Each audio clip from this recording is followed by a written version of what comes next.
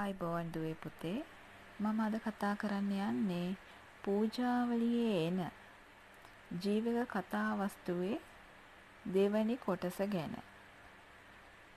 ජීවක කතා වස්තුවේ මුල් කොටස කලින් වීඩියෝවේ අපි කතා කරා. අද කතා කරන්නේ එතෙන් සිට ලිහිල් බසින්. ඒ කියන්නේ ඔබගේ පුරාතන ගද්‍ය සංග්‍රහයේ එන ජීවක කතා වස්තුව ලිහිල් බසින් සාකච්ඡාවට බඳුන් කරන්න තමයි මේ සූදානම් වන්නේ. එදා අපි නැවැත්තුවනේ පුතේ සිටු දේවිය ජීවකගෙන් අහන පැනේ. මොකද්ද සිටු දේවිය ජීවකගෙන් අහන්නේ? පුත කුමක් ගැන සිතමින් සිටින්නේද කියලා අහනවනේ. එතකොට ජීවකයෝ කියනවා දේවයන් වහන්සේ ඔබගේ ධනලෝභය ගැන සිතමින් නොන්නෙමි. මම මේ හිතමින් හිටියේ ඔබගේ මේ ධනලෝභය ගැන. මම බොහෝ ඖෂධ යොදා මේ තෙල හිඳවා ගත්තා. ඒත් බිමට වැටුණු තෙල් බිඳුවට ඔබ වහන්සේ මෙච්චර ලෝභ වුණා. මගේ බර පැන ඒ කිව්වේ වියදම් ගාස්තු කෙසේ දෙන්නේද? මා ළඟ තිබූ බෙහෙත් බඩු වියදම් වුණා. නොවන්නේද? හිත ඉන්නවා කියලා කවුද මේ කියන්නේ? ජීවක කියනවා සිටු දේවියට. ජීවක වෛද්‍යතුමා සිටු දේවියට කියනවා. ඒ බසට සිටු දේවිය කියනවා මොකද කියන්නේ? පුත එසේ නොකියන්න. අපි හම්බ කරන විටදී සූක්ෂම අන්දමින් උපයන අයුරු දන්නවා. ඒ වගේම වියදම් කරන අවස්ථාවේදීත් උතුම් කොට දිය යුතු දේද දන්නවා. ප්‍රයෝජනයට නොගෙන විනාශ වීමට ඉඩ තබන අයුරු තමයි දන්නේ නැත්තේ. ප්‍රයෝජනයට නොගෙන විනාශ වීමට ඉඩ තබන අයුරු තමයි දන්නේ නැත්තේ. බිම වැටුණු තෙල් බිඳුවෙන් කාහටවත් ප්‍රයෝජනයක් නැහැ. ඒ පුළුන් වලට පිසගත් තෙල් බිඳෙන් පහනක් හරි දැල්වන්න පුළුවන්. නැත්නම් කනේ හෝ ගසා ගන්නට පුළුවන් කියලා මේ සිටු දේවිය කියනව නේද? අර පිරිමැස්මක් ගැන මේ කතා කරන්නේ නේද? දුප්පතුකුගේ අතේ එහෙම නැත්නම් පයේ ආලේප කරන්නට පුළුවන්. ඒ ගැන ඔබ නොසිතා සුදුසු ප්‍රතිකර්ම කරන්න. ඔයා ඒ ගැන බය වෙන්න එපා. මගේ මේ ලෝභකමක් කියලා හිතලා ඒ ගැන බය වෙන්න එපා. ඔයා කරන ප්‍රතිකර්ම ටික කරන්න. තෙල් සිටු දේවියගේ හිස් මුදුනට උරනවා දැන්. ටික වෙලාවක් යනනේ හිසට තෙල් ටික උරන්න නේද? තෙල් සිටු දේවියගේ හිස් මුදුනට උරත්ම ඉසේයම්ම දුරු වෙලා යනවා. එතෙක් ඒ පිළිබඳ කතා කළද වෘද්ධාව දුරු වූ බව දැකලා සතුටු සිතින්ම කතා කරා. ඔන්න දැන් තමයි මෙච්චර කතා කරගෙන ගියානේ. කතා කර යනවා. දැන් කාත් එක්කද ජීවිතත් එක්ක කතා කර සංවාදයේ යෙදී ඉන්නවනේ. ඔබ කතා කරන අතරම පුතේ අර තෙල් බිඳුව හිස් මුදුනට උරා ගන්නකොට මේ හිසේ යම්ම දුරු වෙලා ගියා. ඔන්න කතා නවත්තනකොට තමයි ඒකත් දැනුනේ. ඒ බව දැනගෙන සතුටු සිතින් දැන් මේ සිටු දේවිය කතා කරනවා නේද? අනතුරුව සිටු දේවිය සිටුවරයාගේ මුහුණ බලලා මගේ හිසේ යම්ම දුරු වුණා. මගේ හිස ඉස්සර වගේම සැහැල්ලුයි, බරගතියක් නැහැ. පසුගිය 7 අවුරුද්දක් පුරාවට ඔබ මට කරන ලද පිළියම් වලින් මේ ආකාර සහනයක් මන් ලැබුවේ නැහැ. මගේ පුතණුවන්ට සතුටක් කරන්න. ඔයාට කැමති සතුටක් මට මේ කරපු උදව්වට මේ පුතණුවන්ට කරන්න කියලා සිටු දේවිය සිටුතුමාගෙන් ඉල්ලා සිටිනව නේද? ඒ අවස්ථාවේ සියලු පිරිවර ජනයෝ සාදුකාර පැවැත්තුවා. අනතුරුව ජීවකයන්ට සිටුවරයාගෙන් 4000ක් හා සිටු දේවියගෙන් 4000ක්. ඒ වගේම සිටුවරයාගේ පුතාගෙන් 4000ක්. ඒ වගේම ලේලියගෙන් 4000ක්. විදිහට 16000ක් වටිනා නිල් මැණික් කහවණු ආදී රත්තරන්ද ඒ වගේම අසුන් යෙදූ රථයක් දාසයන් හා දාසීන් ගවයන් ගොනුන් ආදී බොහෝ වස්තු දුන්නා. 80 කෝටියක් වත්කම් ඇති කුලයේ සම්පත් අඩුකොට දීම යන එමෙත විවහාරයේ හෙවත් භාවිතා වන රන්කාසි 20ක් නම් නිල් කහවණු එකක්. එබැවින් 3,20,000ක් මසුරන් දුන් බැවින් ඔව්හා සමග බොහෝ ධනෙ ගෙන යාමට පිරිවර ජනයා මදි දැන්. ලොකු වස්තුවක්නේ. පිරිවර ජනයා මදි වූ නිසා ඊතා වටිනා රන් 16,000ක් පමණ වූ බොහෝ වටිනා ධනය දුන්නා. ඊට පස්සේ දරුවෝ මේ ජීවකයෝ පළමු ප්‍රතිකාරයෙන්ම මොනතරම් සම්පත් ලැබුවද නේද? එම ධනයද සමග රථයට නැග්ගා. නැගලා රජගහ නුවරට ගිහිල්ලා පියාණන් දැකලා තමන් තක්සලා නුවරට ගිහිල්ලා වෛද්‍ය ශාස්ත්‍රය ඉගෙනගත් බවත් ඒ වගේම සිටු දේවියගේ රෝගයට පිළියම් කරලා සම්පත් ලැබූ බවත් පිළිවෙලින් විස්තර කරගෙන යනවා නේද? තමන්ගේ පියාණන්ට මේ මම ලැබූ ප්‍රථම වස්තුව ඔබ වහන්සේ මා වඩා පෝෂණය කරන නිසා මෙච්චර කාලයක් මාව පෝෂණය කරගත්ත නිසා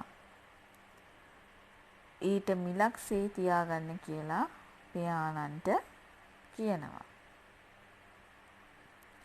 අබේ රාජකුමාරයෝ ඒ බව අහලා ඔබ මුදල් උදෙසා ඇති දෙඩි කළා නොවේ. මම මේ ඔයාගේ මුදල් බලාපොරොත්තුවෙන් ඇති දෙඩි කරා නෙවෙයි. ඔබ සාලවතී කියන වෛශ්‍යාව බිහි කරලා දමා ගිය තැන කසලගොඩේ දමා ගියානේ. දමා ගිය තැන තොප මා නිසා ජාතක වූ බව නොදැන මගේ දරුවෙක් කියලා දැනගෙනත් නෙමෙයි මං ඔයාව හදාගත්තේ. පුතු සෙනෙහසින් හදාගත්තා කියලා කියනවා. ජාතක වූ බව දැනගත්තෙත් මේ පස්සේ කියලත් පුතණුවන්ට පවසනවා. ඒ නිසා තොප මගේම ජාතක පුත්‍රයෙක්. දැන් කියනවා මෙච්චර කාලයක් දැනන් හිටියේ නෑ අබේ කුමාරයාත් මේ තමාගේම පුත්‍රයෙක් කියලා. දැන් මේ අවස්ථාව වෙනකොට අබේ කුමාරයා ඒ විස්තර දැනගෙන තියෙනවා.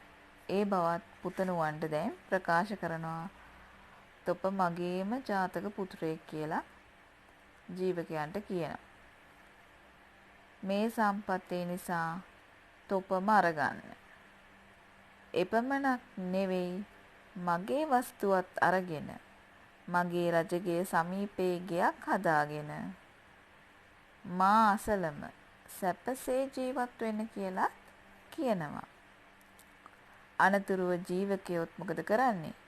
පියාගේ රජගේ සමීපයේ ගෙයක් හදාගෙන ඔන්න ජීවත් වෙනවා. මෙන්න මේ කාලේ රජගහ නුවර බිම්බිසාර රජතුමාට පුතේ ආර්ශස් රෝගයක් වැළඳලා තියෙනවා. විටින් විට මොකද කරන්නේ? මේ ආර්ශස් ගෙඩි පැලිලා රජතුමාගේ ඇඳි වස්ත්‍රයේ ලේ පැල්ලම් නිතරම දක්නට ලැබෙනවා.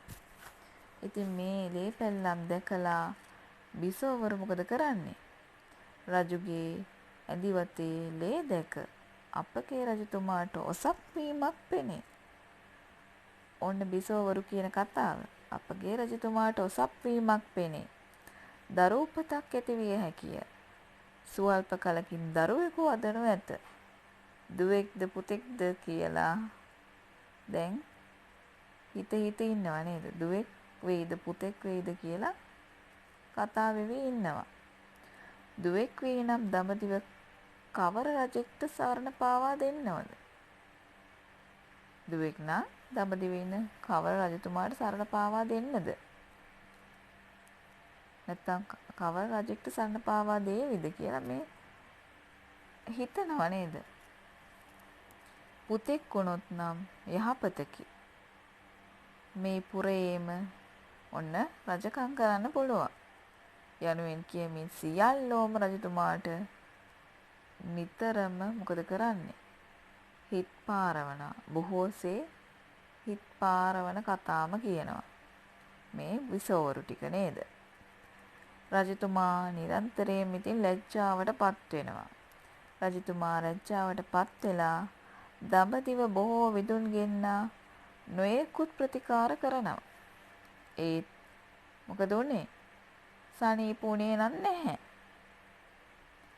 දවසක් අබේ රාජකුමාරයා පමණක් ළඟට ගෙන්නගෙන මේ කරුණ අබේ කුමාරයාට කියනවා.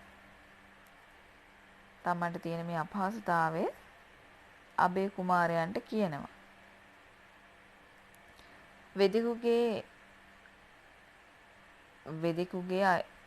වෙදෙක් ඉන්න තැන කියන්න කියලා අබේ කුමාරයාට ඔන්න කියනවා රජතුමා.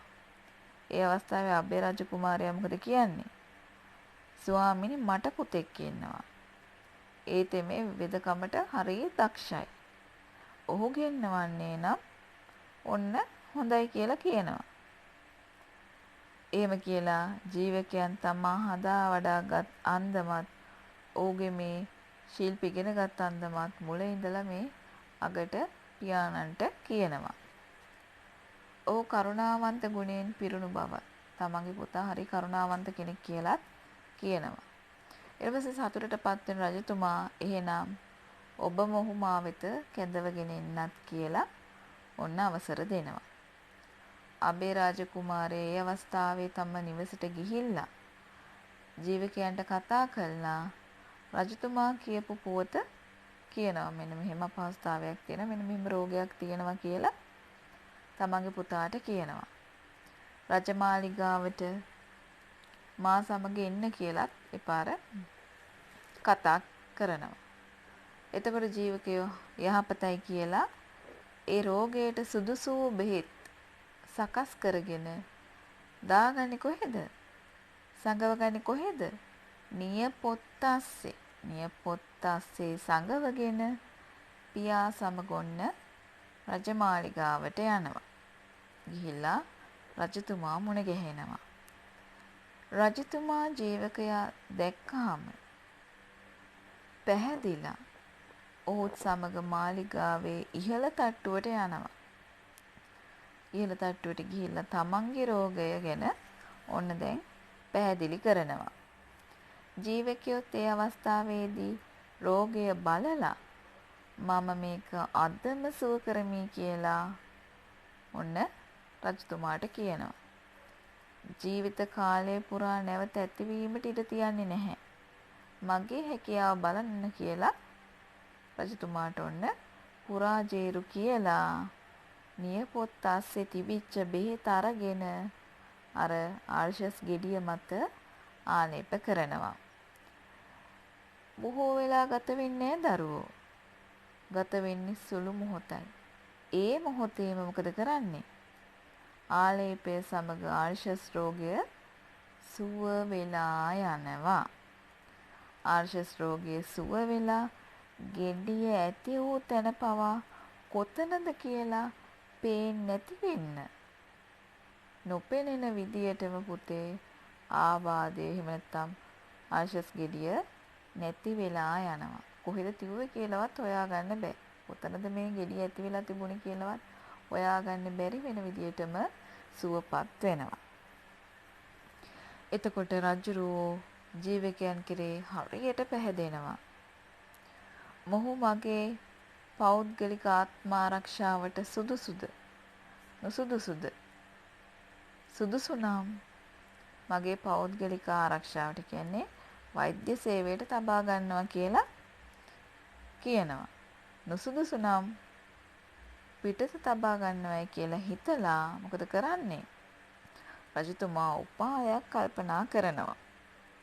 කල්පනා කරලා ජීවකයන්ගේ ස්වභාවය පරීක්ෂා කරන්න ඕන නිසා 500ක් තමන්ගේ බිසෝවරු වරුන්ට කියනවා සියලු ආභරණ වලින් සැරසිලා රජමාලිගාවේ පිළිවෙලට ඉන්න කියලා. සියලුම තමන් සතු තියෙන සියලුම ආභරණ වලින් සැරසිලා ඇවිල්ලා පිළිවෙලින් ඉන්න කියලා.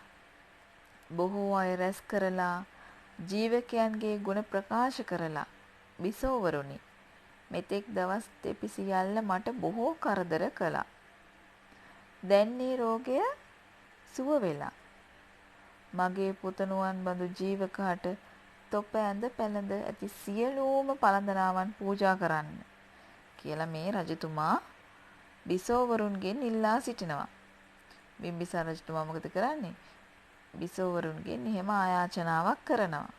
ඒ මොහොතේම 500ක් බිසෝවරුත් මොකද දැන්? බිසෝවරුත් හරි සතුටටපත් වෙලා ඉන්නේ. ස්වාමියාගේ දැන් ලෙඩේ සුව වෙලා. බිසෝවරු තමන් නැඳන් පැළඳගෙන හිටපු දහස් ගණනක් වූ ගණරන් පළඳනා ගලවලා ජීවකයන් ඉදිරියේ ඔන්න ගොඩ ගසනවා. ඒවා සෑදීමට ගිය වියදම් රන් කැටයම් වියදම් හැරුණකොට රත්තරන් වල පමණක් වටිනාකම ගත්තොත් පුතේ ලක්ෂ 5ක් පමණ. මේ ඒ කාලේ හරිද? ඒ කාලේ ලක්ෂ 5ක් පමණ කියලා කියනවා. මොනතරම් වටිනවද නේද? ඒ විට රජතුමා ජීවකයන්ගේ මුහුණ දෙස බලනවා. පුත මේ රන් ආභරණ ඔබට දීමට අරගන්න කියලා කියනවා. මේ ආභරණ ටික ඔයාලට දෙන්න තමයි මම මේ ගලවන්නේ කිව්වේ. ගිහින් අරගන්න කියලා ජීවකයන්ට කියනවා. එතකොට අබේ රාජකුමාරයා මොකද කරන්නේ? පැත්තකට වෙලා දැන් ওই කරණ බලාගෙන ඉන්නවනේ. අබේ රාජකුමාරයා තම රාජකුමාරයෙක් නිසා රජතුමාගේ අදහස ගැන දන්නවා. මේ පළඳනාව තමන්ගේ පුත් ජීවක ගන්නේ නැත්නම් වඩා හොඳයි කියලා හිතමින් ඔන්න පැත්තකට වෙලා අබේ රාජකුමාරයෝ බලාගෙන ඉන්නවා. රජුගේ අදහස් දන්නා අමාත්‍යවරුත් ඔන්න ඔහොම හිතමින් අමාත්‍යවරුත් දැන් රජතුමාගේ අදහස් දන්නවනේ. ඒ නිසා ඕනොත් එහෙම්මම හිතමින් තම තමන්ගේ මුහුණු බලමින් ඉන්නවා. දැන් මේ ගන්න නැතුව ඉන්නව නම් වැඩිය හොඳයි කියලා හැමෝම හිතමින් ඉන්නවා. ජීවකයෝද තමා උන් හැමතෙම වඩා නුවණ ඇති බැවින් මේ හැමෝන්ටම වඩා ජීවකයන්ට නුවණ තියෙනවා. ඒ නිසා හැමෝන්ටම වඩා නුවණ තියෙන නිසා එම උපාය දැනගන්නවා. හරි නේද? මේ උපාය ගැන ඔහුට දැනෙනවා. ඔහු මෙහෙම කියනවා. දේවයන් වහන්සේ මේ සැපතෙන් මට වැඩක් නැහැ. බිසෝවරු කරපැලඳි පළඳනා මා වගේ කෙනෙක්ට සුදුසු නැහැ. ඔබ වහන්සේගේ කරුණාව නම් සම්පත ලද හොත් ඒක තමයි වටින්නේ කියලා ආභරණ බාරගත්තේ නැහැ. ඒ අවස්ථාවේ රජතුමාගේ දැන් උපාය මොකද උනේ? උපායෙන් ඔන්න මැනගත්තා. රජතුමා මැනගත්ත ජීවක කියන්නේ කවුද කියලා. ජීවක උතුම් මිනිසෙකි.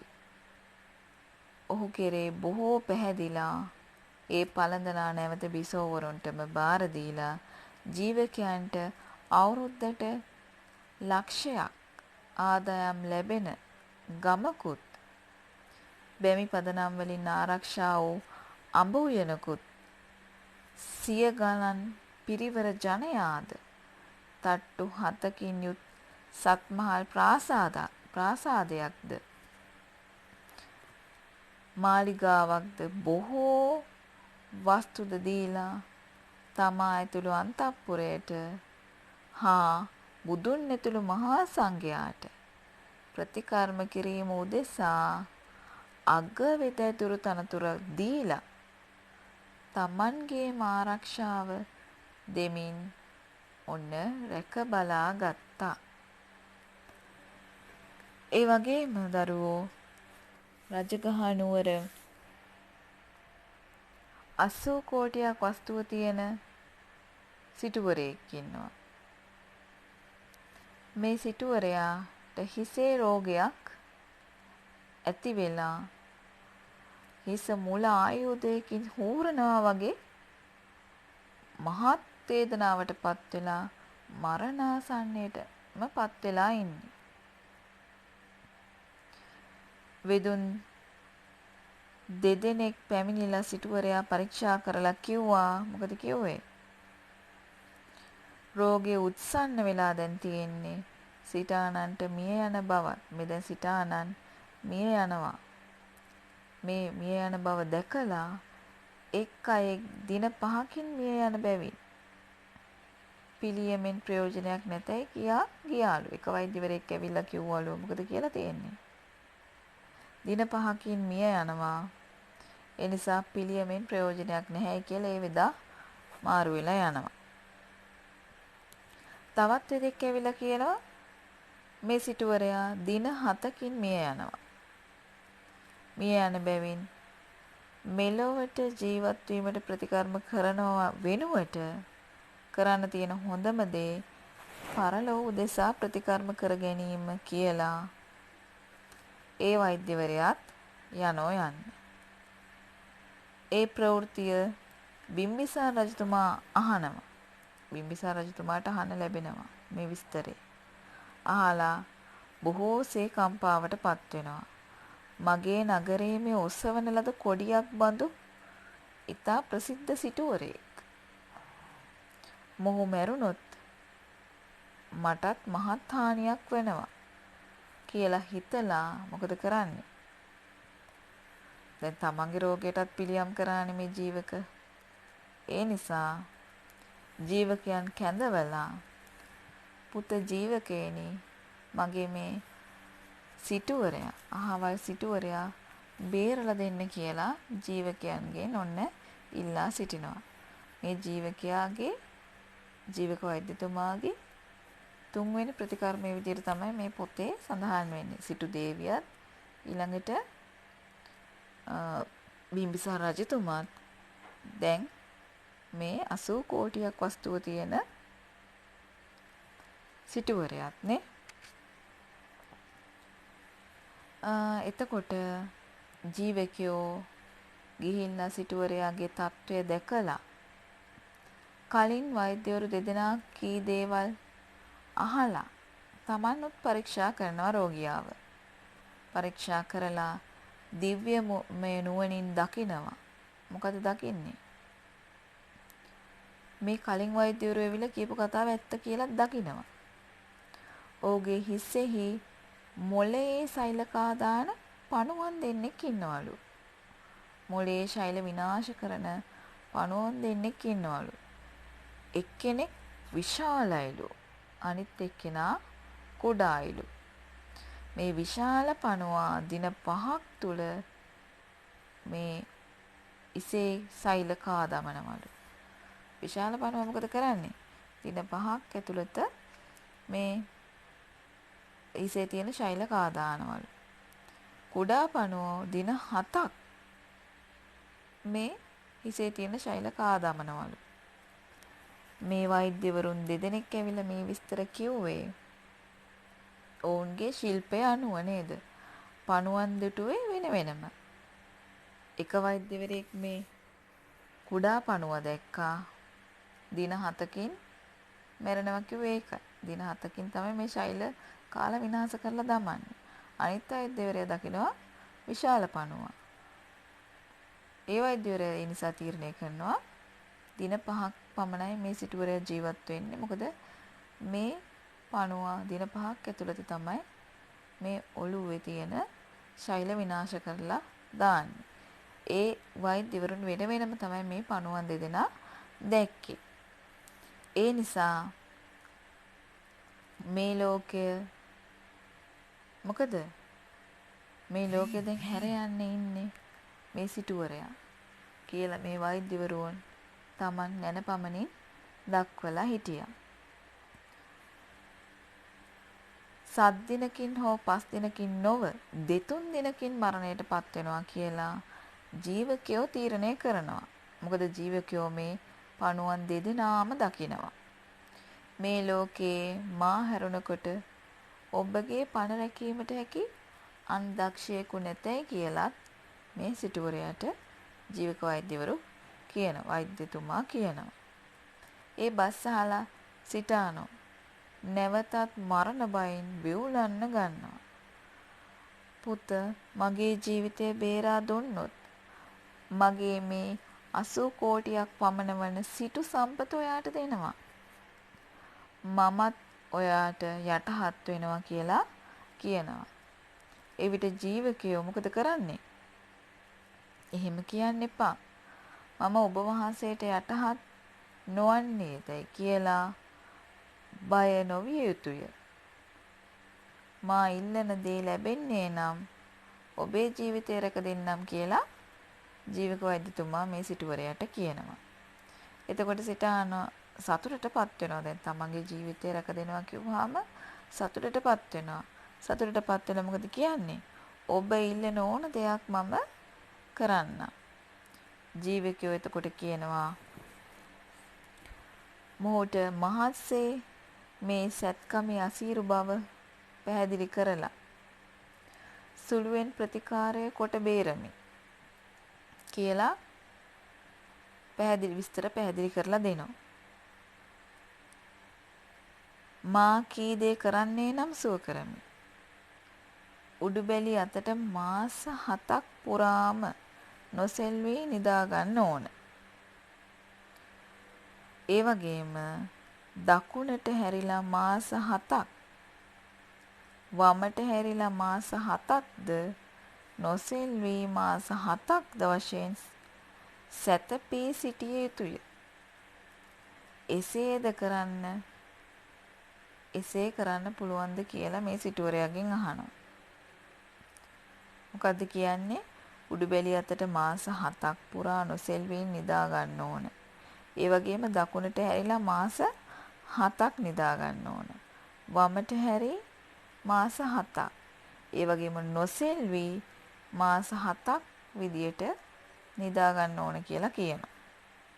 සිටුවරයා දැන් ජීවිතයට ආස කරන්නේ. ඒ නිසා මෙහි මොකද කරන්නේ? මේ අසීරු දේ ගැන හිතන්නේ නැතුව කොච්චර අසීරු දෙයක් වුණත් සිහි මද බැවින් හැකි කියලා පොරොන්දු වෙනවා. ඇත්තටම කරන්න පුළුවන් දෙයක් නෙමෙයි. නමුත් ජීවිතයට ආසයි. ඒ නිසා කරන්නම් කියලා පොරොන්දු වෙනවා. ඒ අවස්ථාවේ ජීවකයෝ මොකද කරන්නේ? සිටානන් වහන්සේ වෛද්‍යවරු නම් බැනවැදි දරුවන්ට දුක් පමුණුවා පස්සේ සැප ළඟා කර දෙන මව්පියන් ගුරුවරුන් වගේ සමානයි. ඒ නිසා ඔබටද යම්කිසි පීඩාවක් සිදු කොට නමුත් බේරා ගන්න බෑ. මොනවා හෝ යම් හෝ පීඩාවක් සිද්ධ වෙනවා. එහෙම නැත්තම් බේරගන්න වෙන්නේ නැහැ. ඒ නිසා මා කරන වෙදකමින් යම් පීඩාවක් ඔබට වෙනව නම් මා කෙරේ තරහක් ඇති කරගන්න එපා. පවක් සිදු නොවේ කියා අවසරය දිය යුතුය. අවසරය දෙන්න කියලා කියනවා. සිටුවරයාද ඔබ කරන කිසිම දෙයකට පවක් නැහැ. දේශයක් නැහැ. ඒ කියන්නේ වෛරයක් නැහැ කියලා ඔන්න අවසර දෙන ප්‍රතිකාරයට අවසර ලබා දෙනවා. ඒ අවස්ථාවේ ජීවකයෝ සිටුවරයාට මොකද කරන්නේ? ඇඳක උඩුබැලි අතට තියලා ශරීරයේ නොසෙල්වෙන පරිදි කපු රෙදි වලින් ඇඳට තියලා වෙලලා බැඳලා හිස පැත්තේ ඉඳලා ඊතා සියුම් ආයුධයකින් සිටුවරයාගේ හිස් කබල පලා සංදිවන තැන් තුන වෙන් කරලා හිසේ සංදිවන තැන් තුන කොටස් තුන වෙන් කරලා හිස් මුල් කන පණුවන් දෙදෙනා ආයුධයේ තුඩින් අරගෙන ඉවතට දානවා. ඉවත දමා මේ සත් දවසින් කා දමන පණුවා මේ පස් දවසකින් කා මරණ පණුවා කියලා පණුව දෙන්න වෙන වෙනම අරගෙන පෙන්නනවා. සිටුවරයාට පෙන්නනවා නේද? ඒ පුදුමය දුටු මහා පිරිස මේ පණුවන් ගැන පණුව වෙන් වෙන්ව අරගෙන හැමෝටම පෙන්නනවා. මේ පුදුමය දුටු මහා පිරිස එකවරම සාදුකාර දෙනවා. ඒ වෙලේ ජීවකයෝ සිටුවරයාගේ හිස් කබල කලින් තිබූ අන්දමටම නැවත සම්බන්ධ කරනවා. එක ලෝමයක තරම්වත් අඩු වැඩි නොකොට නැවත සකස් කරනවා. එහෙම සකස් කරලා බෙහෙත් ගාලා දින 7ක් සිටුවරයා එම ඉරියව්වෙන්ම නිදි කරනවා. ඒ හිටපු ඉරියව්වෙන්ම දින 7ක් නිදි කරනවා. දකුණු පසට දින 7ක් නිදි කරනවා. ඒ වගේම දකුණු පසටත් දින 7ක් නිදි කරනවා. ඊළඟට මොකද කරන්නේ? වම් පසටත් දින 7ක් නිදි කරවලා පෙර 21 මාසයකට නිම කරවමි කියලා පොරොන්දු වුණානේ. ඒ ප්‍රතිකර්මය එච්චර කාලයක් ගත වුණේ නැහැ දරුවෝ. දවස් 21කින් නිමා කරා. සිටුවරයාගේ හිස් මුල් කෙස් වැවෙන්නට පැලූ තැන තුවාල කැලල නොපෙනෙනසේ ඔන්න